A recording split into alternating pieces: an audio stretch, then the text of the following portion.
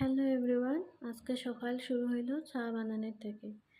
গত 2 দিন থেকে খুব বেশি বৃষ্টি দেয়। গরমে ভালোই লাগে, কিন্তু টেনশনও লাগে যদি আবার ফ্লাড হয়, কারণ ফ্লাড হইলে তো সবেরই প্রবলেম হইব। তো যাই হোক, সকালে উঠেই আমি আমার কাজে লাগলাম। আর জানো, আজকে অতদিন থেকে অপেক্ষা করি আর যে স্কুলটা কবে বন্ধ হইব আর কবে বাবার বাসাতে যাইব, অনেক দিন থেকে অপেক্ষা করি আর। তো এখনো স্কুল বন্ধ দিছে না, দিব। তো এদিকে আমি আমার কাজগুলো কমপ্লিট করতে করতে আমার জামাই গেছেন বাজারে। তো বাজার থেকে তাই আনছেন ছোটো মাছ। তো ছোটো মাছগুলা খাইতে খুব টেস্টি লাগে, কিন্তু ওগুলো কাটতে অনেক সময় লাগে।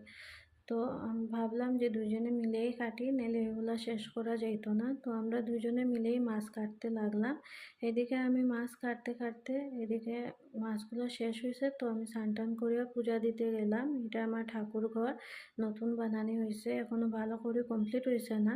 তো আমি যতটুকু পারছি সেটিং করে রাখছি। তো এদিকে আমি পূজা দিতে দিতে এদিকে আমার হাজব্যান্ডও রান্না বাড়া সব কিছু শুরু করছেন, কারণ আমরা ঘরে এরকমই একজনে একটা কাজ করলে আরেকজনে হেল্প করে। তো তাই এদিকে রান্না বাড়া করতে করতে আমি পূজা কমপ্লিট করিয়া আইছি। আইয়া দেখি এই যে সব কিছু রান্না কমপ্লিট হয়ে গেছে। এই সবগুলা খাবার আমার জামাইয়েই রান্না করছেন। তো ভাবলাম শেয়ার করি। তো ভিডিও ভালো লাগলে লাইক কমেন্ট শেয়ার করি।